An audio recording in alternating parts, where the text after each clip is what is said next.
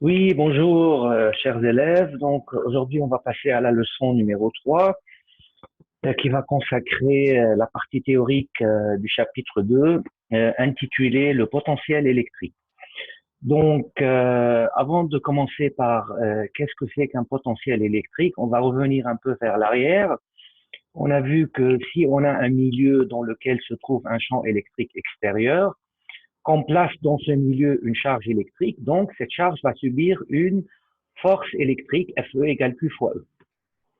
Donc, par conséquent, la charge qui va subir une force va forcément faire un déplacement. Tout objet subissant une force, donc une force externe, va faire un petit déplacement. Qui dit déplacement dit un travail accompli par cette charge due à cette force électrique. Et donc, le travail dû à ce déplacement dL égale FE, la force électrique scalaire dL, qui est égale à QE fois dL. Donc, c'est le travail accompli par une force conservative. Donc, que signifie ce travail-là?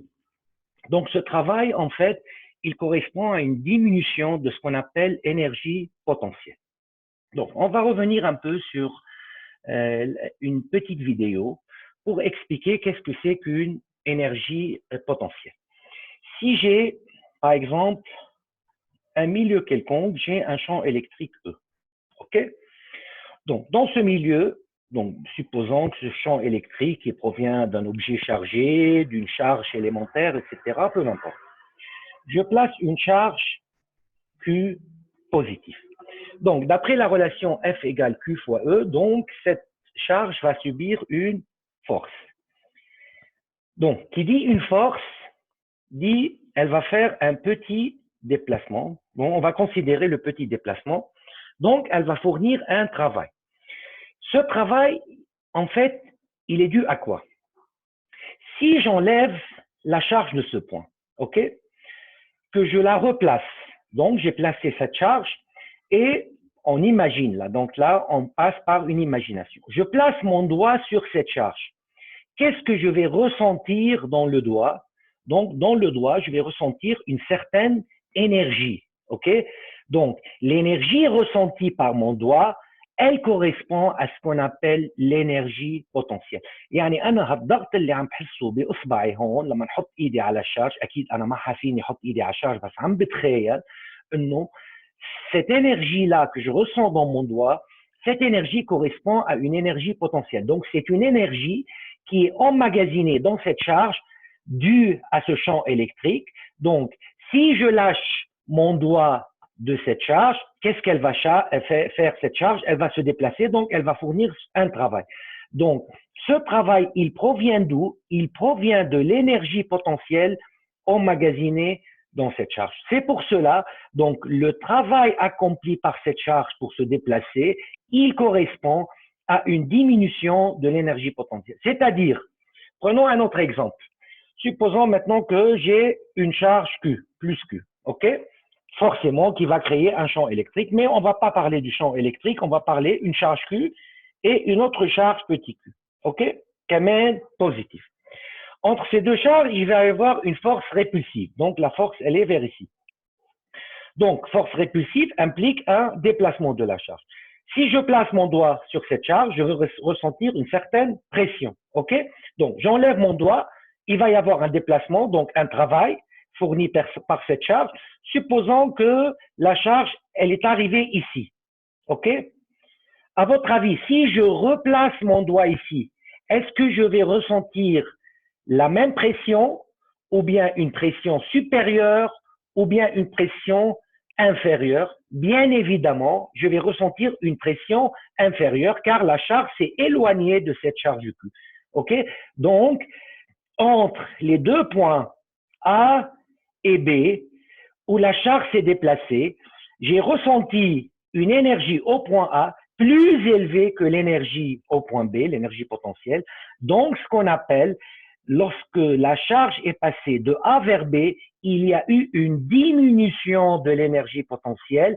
Cette diminution d'énergie potentielle correspond à ce qu'on appelle le travail accompli par la charge pour faire le déplacement de A vers B. Ok, donc on reprend le cours. Donc, cette énergie potentielle dont on vient d'expliquer, donc, elle est égale à moins W, donc est égale à moins le travail, car il s'agit d'une diminution, donc elle est opposée de signe. Elle est égale à moins Q intégrale de A vers B, donc d'un passage du point A vers le point B, de E scalaire dl. OK, donc delta U égale à moins W égale au moins le travail. Donc, la diminution de l'énergie potentielle correspond au travail à effectuer pour faire un déplacement d'un point à l'autre. Donc, ceci nous mène à parler un peu du potentiel électrique. Donc, en fait, il y a une similitude entre le potentiel électrique et le champ électrique. Qu'est-ce que c'est que le potentiel électrique? Donc, le potentiel électrique est une grandeur scalaire, et pouvant être positive ou négative, bien sûr, qui se calcule en un point de l'espace. Donc, comme le champ électrique est une grandeur vectorielle qui se calcule en un point de l'espace, le potentiel électrique est une grandeur scalaire qui se calcule en un point de l'espace. Quelle est la différence de potentiel entre deux points? Elle est donnée par delta V égale VA moins VB est égal à delta U sur Q, qui est égal à moins intégrale de E scalaire dl. OK? Donc, V final moins V initial est égal à moins intégrale de la position initiale vers la position finale, B, de E scalaire dl. Donc, delta V est une grandeur qui est exprimée en volts. 1 volt, c'est 1 joule par coulomb. OK? Et donc, finalement, on relie l'énergie potentielle delta U à la différence de potentiel delta V par Q fois delta V et le travail égale QVA moins V. OK? Prenons maintenant un petit exemple sur le calcul de la différence de potentiel créée par un champ électrique uniforme. Donc,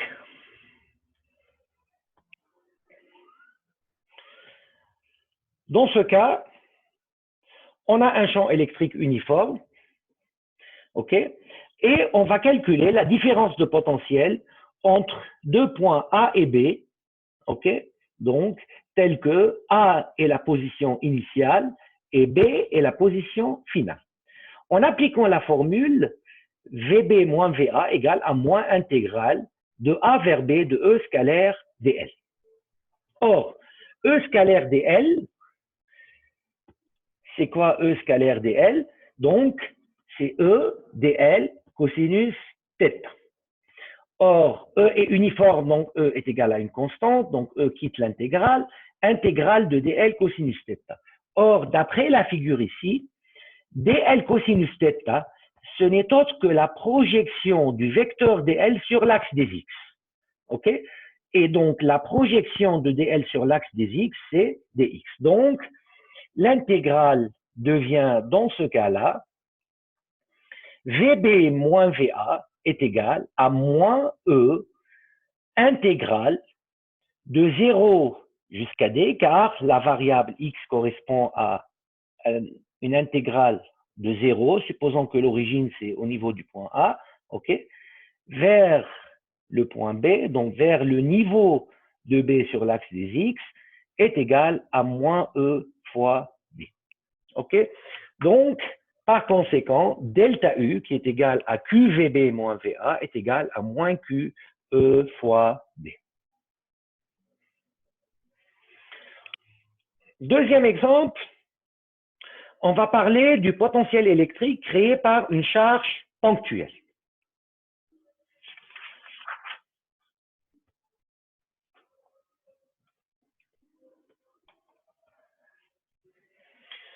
Donc, supposons que j'ai une charge ponctuelle, Q, OK, et que veut calculer la différence de potentiel entre les deux points, position finale B et position initiale A. OK? Donc, B, c'est situé à la distance radiale RB. A, c'est situé à la distance radiale RA. Donc, supposons que je veux faire un déplacement, OK, entre un parcours, entre le point A et le point B, un parcours quelconque, OK, en un point donné quelconque de ce parcours M, donc, j'ai le vecteur déplacement dl. En ce point, j'ai le vecteur E, il est radial car il est créé par une charge ponctuelle, OK? En appliquant la différence de potentiel VB moins VA, c'est égal à moins intégrale de A vers B de E scalaire dl. Donc, c'est égal à moins intégrale. E n'est pas constant, donc E doit rester sous l'intégrale de E dl cosinus θ. Or, dl cosinus θ, donc θ c'est l'angle ici, ok? Donc, dl cosinus θ, ce n'est autre que la projection de dl sur cet axe-là, qui est l'axe radial, pour obtenir dr. Ok? Donc, est égal à moins intégrale de a vers b de e fois dr. Donc, la variable ici, c'est petit r. Du moment où la variable, c'est petit r, donc a se trouve à la distance radiale RA et b à la distance radiale RB. Donc, du coup, on trouve que VA ou VB moins VA est égal moins intégrale. Quelle est la valeur du champ électrique créé par une charge charge ponctuelle? Donc, la formule est KQ sur petit r au carré. Ici, la distance, c'est petit r. Donc, KQ sur r au carré dr entre RA et RB. Et donc, par cette manière-là, on trouve que la différence de potentiel VB moins VA égale KQ facteur de 1 sur RB moins 1 sur RA. Donc, on trouve ici que la différence de potentiel entre deux points A et B, elle ne dépend que de la distance radiale RA et de la distance radiale RB. Donc, si RA égale à RB, on aura une différence de potentiel égale à 0.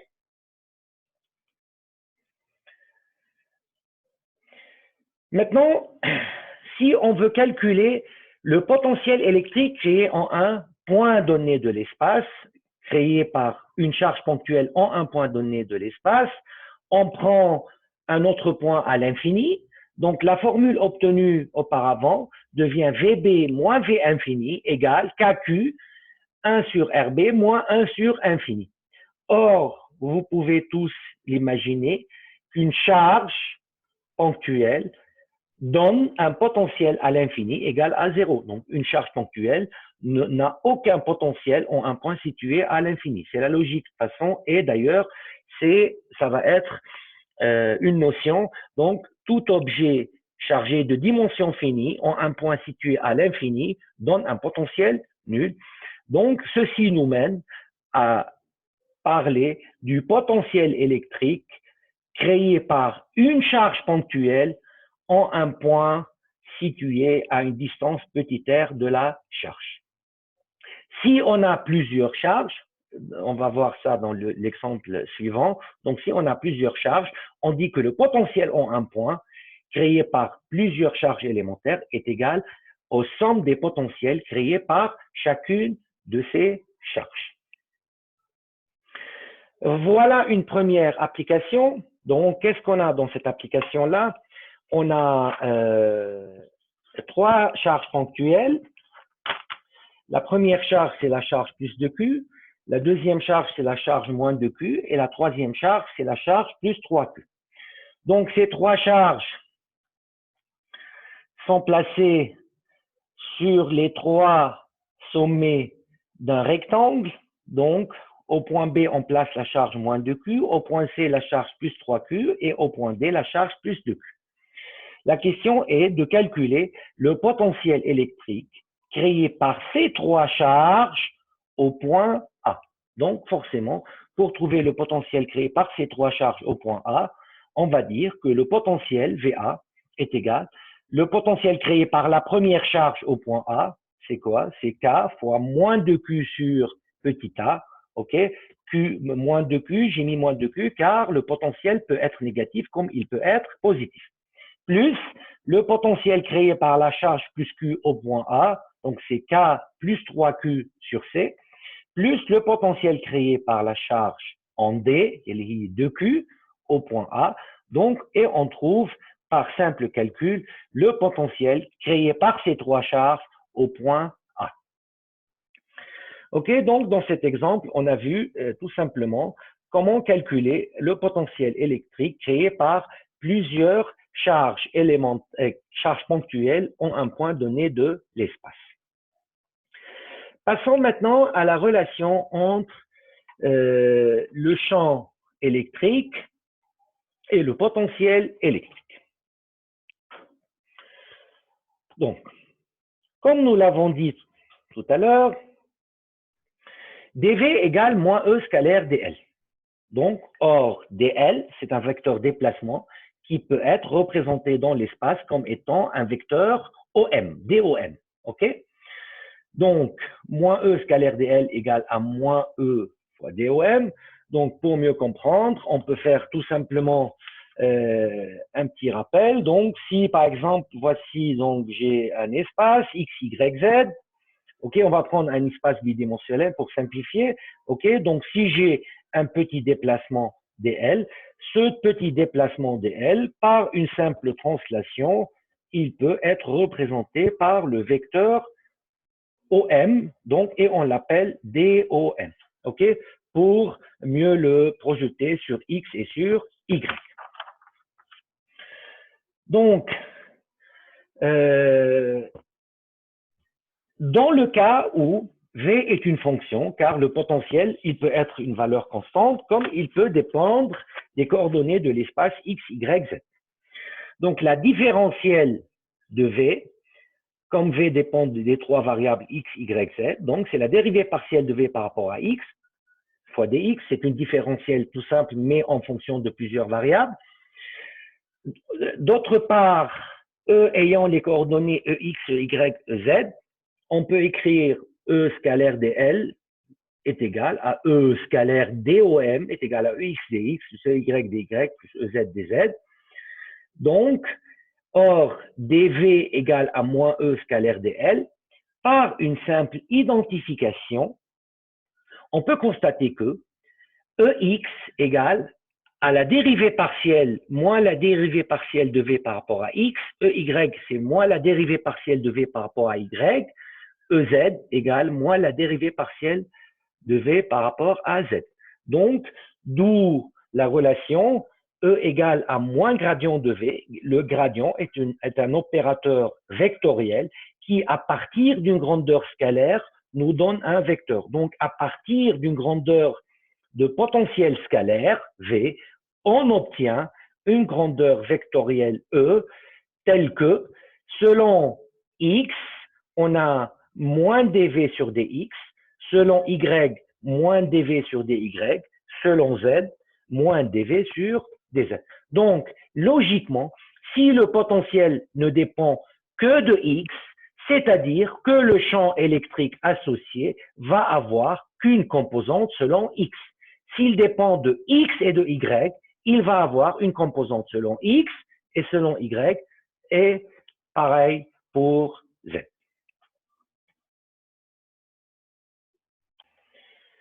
Passons maintenant aux notions de surface équipotentielle. Donc, qu'est-ce que c'est qu'une surface équipotentielle? Donc, dans un milieu donné, si j'ai un champ électrique, ok, donc la présence de ce champ électrique va générer en tout point de cet espace un potentiel électrique. Donc, l'ensemble des points ayant le même potentiel électrique s'appelle une surface équipotentielle. Donc, comme c'est indiqué ici, donc V égale constante en tout point de cette surface. Si je prends le cas du champ électrique uniforme, ok? Donc, j'ai un champ électrique uniforme, donc E égale constante en un certain nombre de points de l'espace, supposons dans le plan de la feuille, ici, E égale constante, même direction et même sens, donc E est uniforme.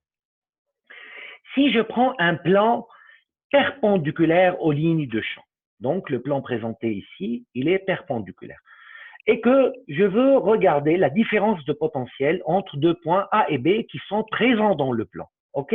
Donc, pour calculer la différence de potentiel, j'applique la formule VB moins VA égale à moins intégrale de A vers B de E scalaire dS. Or, sachant que le plan est perpendiculaire au champ électrique, donc tout vecteur appartenant au plan va être perpendiculaire à E. Donc, quel que soit dl appartenant au plan, dl sera perpendiculaire à E. Donc, intégrale de A vers B de E scalaire dl égale à 0. Donc, VB égale à VA. OK? Donc, dans ce cas-là, dans le cas où j'ai un champ électrique uniforme, tout plan perpendiculaire aux lignes de champ forme une surface équipotentielle, donc un ensemble de points ayant le même potentiel. Voyons ici un tout petit peu, donc, voici le champ électrique uniforme, ok, voici un premier plan, ok. Donc, on a dit que tout point dans ce plan-là, il représente une surface équipotentielle, ok. Donc, ici, point A, point B, on dit que VA égale à VB est égal à V1. Si on prend un autre plan perpendiculaire à ces lignes de champ, que dans ce plan, je prends deux points C et D, ok? Donc, on trouve VC égale à VD. Mais la confusion à ne pas faire, VC égale à VD, mais ce n'est pas égal à VA, donc est égal à V2. Donc, ceci est une surface équipotentielle de valeur V1. L'autre plan qui est perpendiculaire situé à une autre position, donc, représente une surface équipotentielle V2. OK? Donc, d'où la conclusion qu'on avait déjà obtenue auparavant. Lorsqu'on prend deux points, X et un autre point Y, OK, dans les deux plans, OK, il ne peut m'importe le trajet effectué pour aller de X vers Y. Donc, VY moins VX, ça va être égal à V2 moins V1, ok? Elle est égale, elle dépend seulement de la distance entre les deux plans verticaux perpendiculaires au champ électrique. Par exemple, cette distance, supposons que cette distance, c'est petit d. Donc, ça ne dépend pas du parcours effectué entre x, y, ça dépend juste de la distance entre les deux plans équipotentiels. Ça, c'est dans le cas d'un champ électrique uniforme. Dans le cas d'un champ radial créé par une charge ponctuelle, j'ai une charge ponctuelle, comme nous l'avons vu tout à l'heure, delta V est égal à KQ 1 sur RB moins 1 sur RA. Donc, on a dit que la différence de potentiel entre deux points A et B dépend que des deux distances radiales entre A et B. Dans le cas où RA égale à RB, ok, on obtient delta V égale à 0, donc VA égale à VB. On peut conclure que toute sphère dont le centre est placé sur Q est une surface équipotentielle. Ici également, si j'ai une charge ponctuelle, ok, j'ai une première sphère, disons de rayon grand R, 1, ok. Tout point de cette sphère, ce sont des points au même potentiel V1, OK? Si je prends une autre sphère de rayon plus grand, par exemple, mais toujours concentrique avec la charge, de rayon R2, OK? Tout point de cette sphère va avoir un potentiel V2 tel que la différence de potentiel entre un point A situé sur la première sphère et un point B sur la deuxième sphère va seulement dépendre du rayon RA et du rayon RB et ça ne dépend pas du tout de la trajectoire effectuée pour passer de A vers B. OK? Donc, l'ensemble des surfaces équipotentielles, dans le cas d'une charge ponctuelle, est une sphère équipotentielle.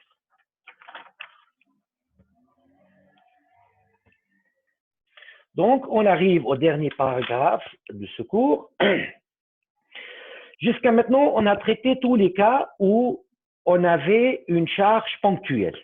Donc, lorsqu'on a une charge ponctuelle, on peut dire qu'on a un point de l'espace, le potentiel égale KQ sur petit r. Maintenant, si j'ai une distribution de charge, donc une charge obtenue à partir d'un objet chargé. Comme on l'avait déjà dit auparavant, un objet chargé, il peut être un objet de volume, un objet de surface ou bien un objet de longueur selon l'objet choisi. Pour calculer le potentiel créé par l'ensemble de cet objet en un point P, il faut décomposer cet objet en des charges élémentaires qui peuvent assimiler à des charges points ou bien des charges ponctuelles. Dans ce cas-là, on dit que la charge élémentaire dQ crée au point P un potentiel élémentaire dV égale K dQ sur R. Pour trouver le potentiel créé par l'objet chargé entier, il suffit de faire une intégrale de K dQ sur R. La valeur de dQ, selon l'objet, si c'est un objet de volume, ça sera ρ fois dV des volumes. Si c'est un objet de surface, ça sera sigma fois ds. Pardon, ici il y a une erreur. On va corriger ça tout de suite.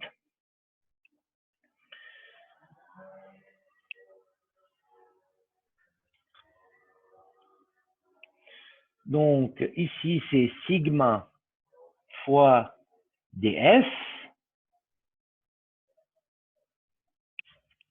OK? Si c'est un objet de longueur, dq, ça sera égal à lambda fois dl. OK? Prenons un exemple. Donc, l'application numéro 2. Si vous voulez bien, on peut la faire on va la faire moitié-moitié, en direct et sur les transparents.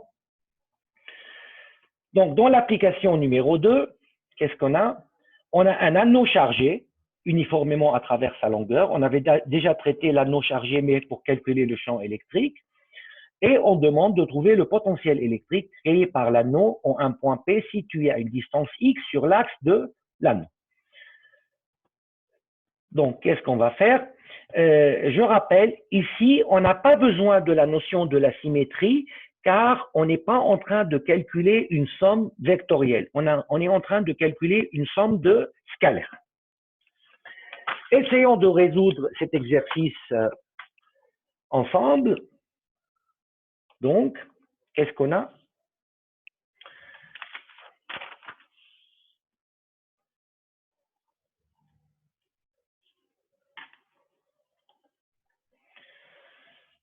Alors,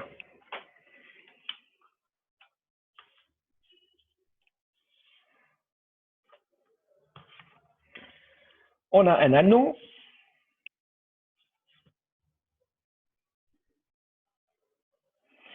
Cet anneau est chargé uniformément, il est de rayon R et de centre O.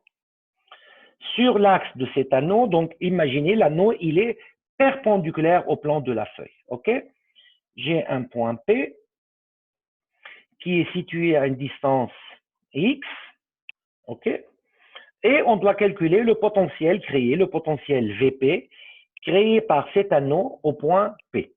Pour cela, on va le décomposer en des charges élémentaires. dQ va créer au point P un potentiel dV est égal à K dQ sur petit r, r étant la distance entre la charge et le point. Très bien. Donc, pour trouver V, il suffit de faire une intégrale de K dQ sur R. Ici, le calcul est plus simple car on n'est pas en train de calculer une somme vectorielle, on est en train de calculer une somme scalaire. K égale constante, ça sort de l'intégrale. Donc, ici, on a lambda positif constante, on a une distribution uniforme de charge positive. Intégrale, donc dQ s'écrit comme étant lambda fois dl sur petit r. Quelles sont les variables dans cette intégrale? Lambda constante, donc lambda peut quitter l'intégrale. dl est une variable. Petit r c'est une constante. Pourquoi? Car tout simplement, si je calcule r est égal à racine carrée de r au carré plus x au carré. X, c'est la distance, donc on a bien spécifié un point, une distance x, et r, c'est le rayon. Donc, on trouve V est égal K lambda sur racine carrée de r au carré plus x au carré multiplié par dl, c'est toute la longueur de l'anneau, donc c'est 2πr. OK? Donc, voici le potentiel créé par un anneau de charge. Alors, si on suppose, si il ne nous donne pas lambda, il nous donne que l'anneau, il a une quantité de charge totale égale à Q. Or, comment j'écris Q? Donc, Q est égal à lambda fois la longueur. OK? Donc, quelle est la longueur? C'est 2πr. Donc, lambda fois 2πr, ça peut être remplacé par Q, donc est égal à KQ divisé par racine carrée de r au carré plus x2. Voilà. Donc, et voici donc la valeur du potentiel créé par cet anneau au point P.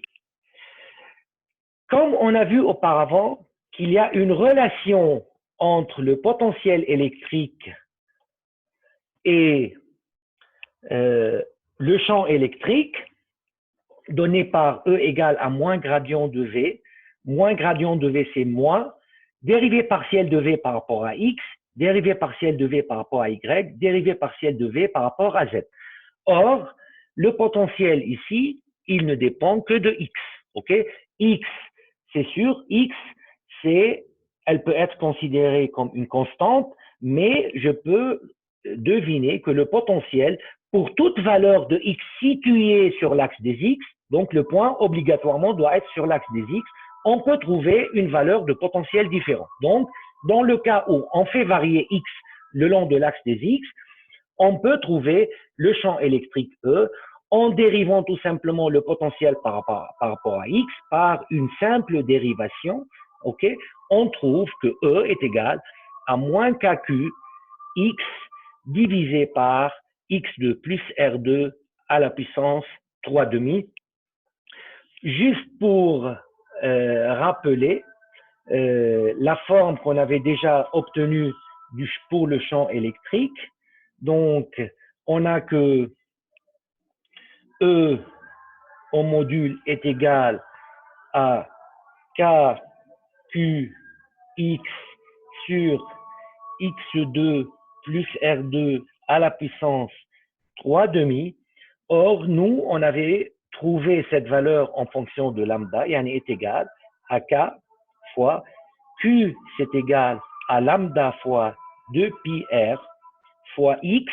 Donc, dans le cas où on avait calculé, je pense qu'on avait nommé la distance X, c'est petit a, divisé par A au carré plus R au carré à la puissance 3,5. Je ne sais pas si on avait appelé ça A ou petit d, donc ça revient au même.